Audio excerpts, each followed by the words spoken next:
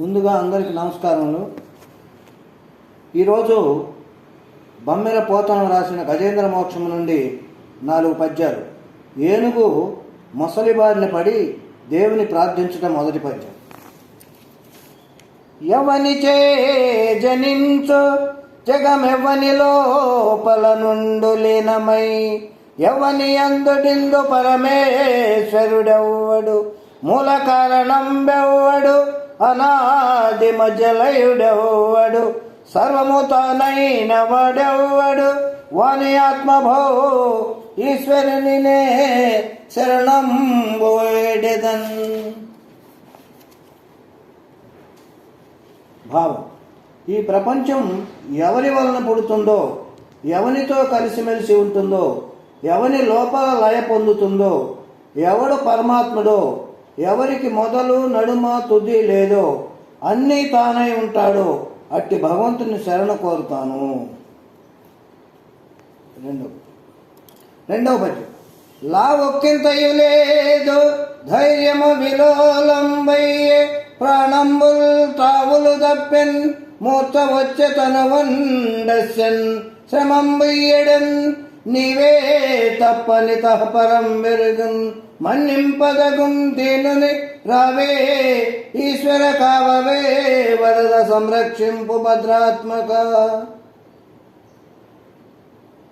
భావం: భగవంతుడా, నా బలం బాగా తగ్గిపోతుంది, ధైర్యం తొలగిపోతుంది, నా ప్రాణాలు పైనే పోతున్నాయి, మందకుడితనం వస్తుంది, అలసట హెచ్చింది, ఇంకా నేను మొసలితో పోరాడలేను, నీవు తప్ప నాకు మరొకరు తెలియదు.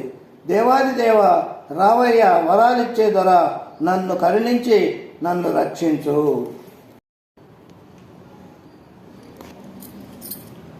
మూడో పద్యం.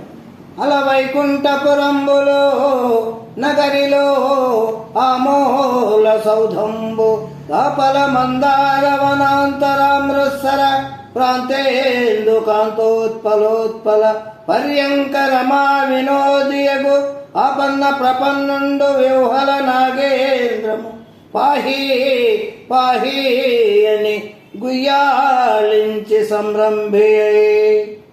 భావం: వైకుంఠపురములోని రాజమందిరములో, కల్పవృక్షాల వనములో, అమృత సరోవరం తీరములో ఇంద్రకాంతమణులు చెక్కిన కలువపూల వరసన పాన్పుపై లక్ష్మీదేవితో గడుపుతున్న విష్ణుమూర్తి భక్తుని మొర ఆలకించాడు, తత్తరపడి లేచాడు. నాలుగో పద్యం.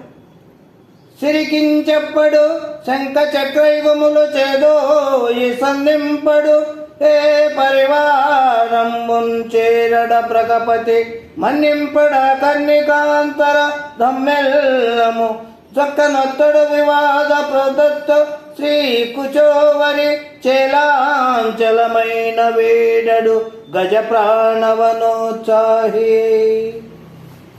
భావం: విష్ణుమూర్తి తన భక్తుడైన గజేంద్రుని కాపాడదలిచాడు. వెంటనే బయలుదేరాడు. తొందరలో లక్ష్మీదేవికి చెప్పలేదు, శంకు చక్రాలు ధరించలేదు, బొట్టులను తోడు తీసుకురాలేదు, జారిన జుట్టు ముడివేసుకోలేదు, గరుక్కొంతుల మీద ఎక్కలేదు. లక్ష్మీదేవితో ఒకప్పుడు వాదులాట సందర్భంగా తాను ఈడ్చిపట్టిన పైట కొంగు ఈడ్స్తూనే భక్తుని కాపాడేందుకు బయలుదేరాడు. ఈ విధంగా విష్ణుమూర్తి ఆకాశంలో బయలుదేరిన తరువాత ఇలా జరిగింది.